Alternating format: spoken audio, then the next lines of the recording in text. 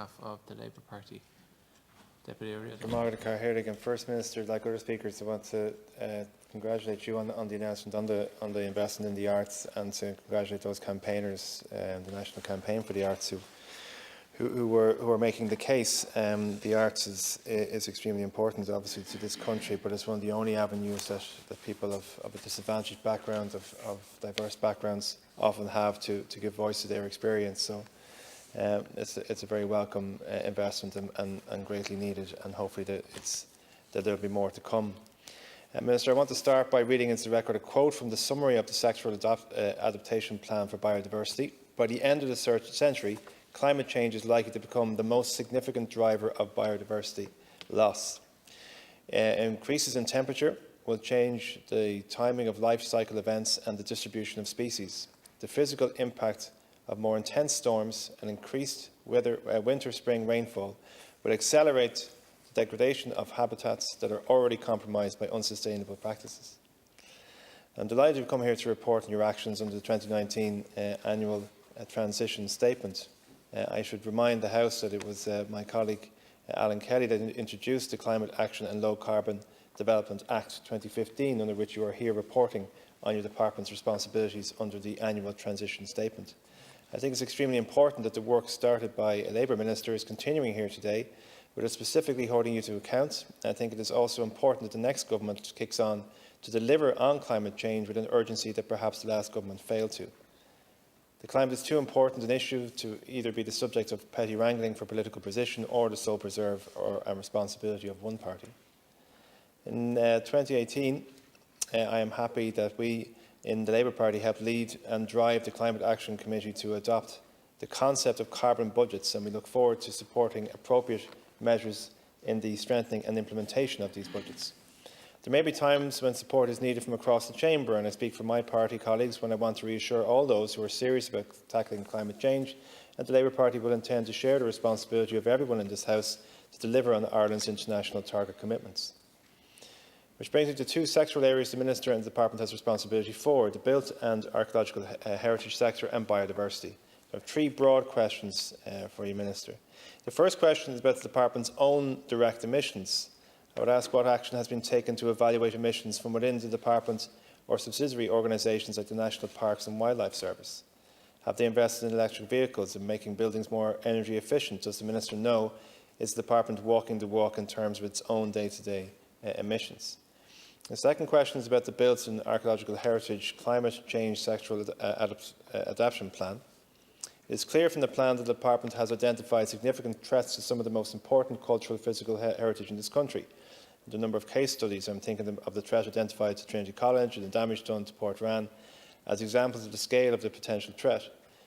What, if any, framework does the Department propose to put in place to identify when hard coastal measures are going to be justifiable to protect Dublin City and our heritage, and what coastal defence measures will be needed? The third question is about responsibilities about the Biodiversity Adaptation Plan. What work has been put in place to resolve the inevitable conflict between protection and preservation of habitat and the need to develop infrastructure needed to help reduce our emissions? I'm thinking of transport infrastructure like cycleways and walkways, renewable energy infrastructure like offshore and onshore wind, and of coastal defence projects which may be necessary to protect our coastal towns and villages and cities, which are often built close to areas under the responsibility of the National Parks and Wildlife Service. Are there any measures taken to try to have a standard and scientific approach to decide how we resolve the conflict between such projects and our biodiversity responsibilities? And lastly, I want to commend the Department and you, Minister, for the depth of both the sectoral reports and commend those who worked on and prepared them. Thank you, Deputy Ríordáin. Minister. Thank you. 6 minutes this time. Okay, I'll do my best. My department, obviously has done a significant amount of work itself to sort of maintain government leadership, if you like, or departmental leadership, I should say, in this space.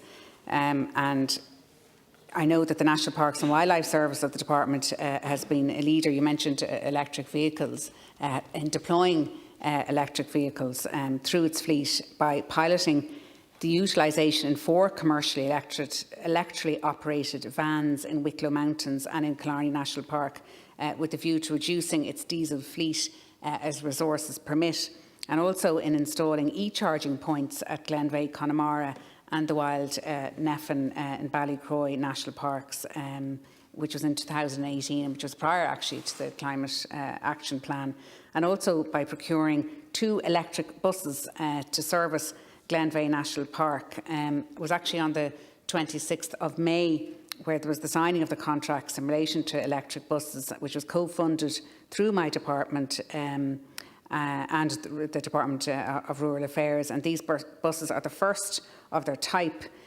to enter usage in the Irish transportation network, actually. So the department has, in fairness, been at the cutting edge, really, in terms of trying to show leadership in terms of using EVs into the future.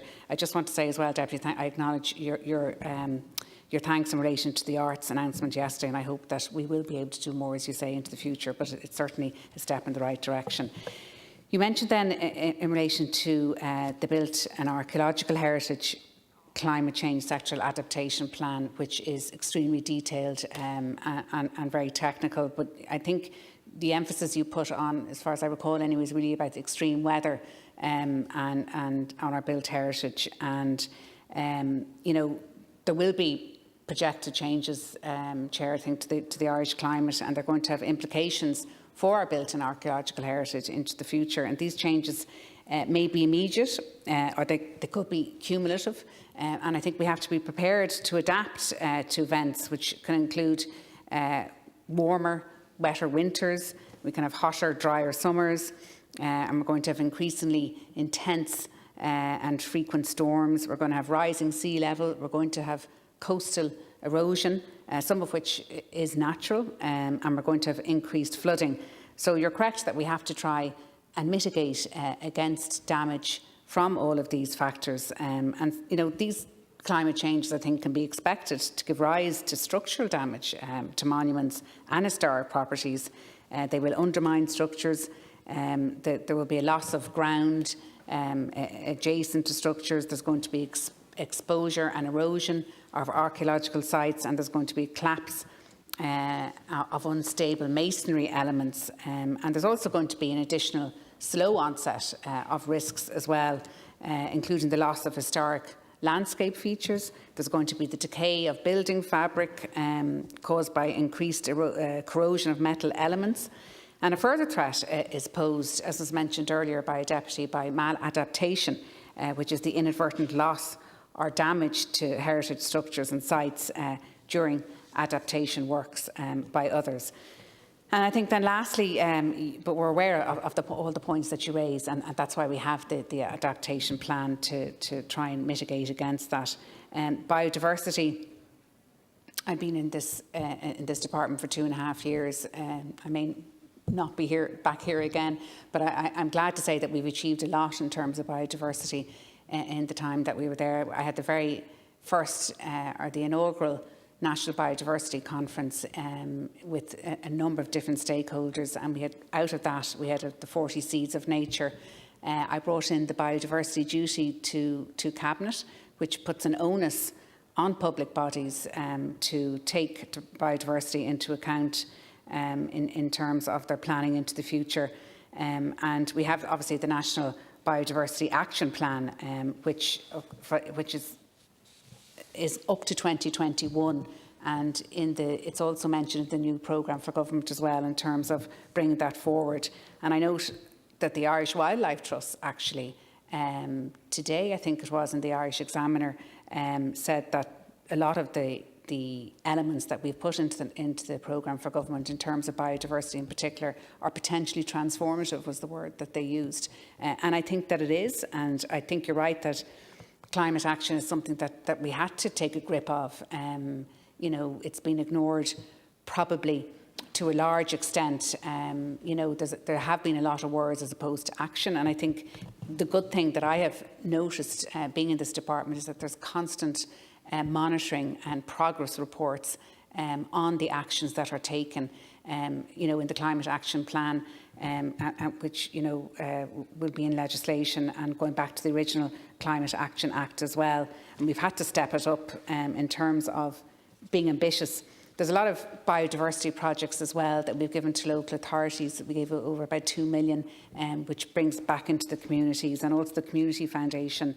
We gave 56 communities biodiversity plans as well, Chair. So that all of those elements will help, I think. And again, the Heritage 2030 plan as well, Deputy O'Riordan. Thank you. Thank you, Minister.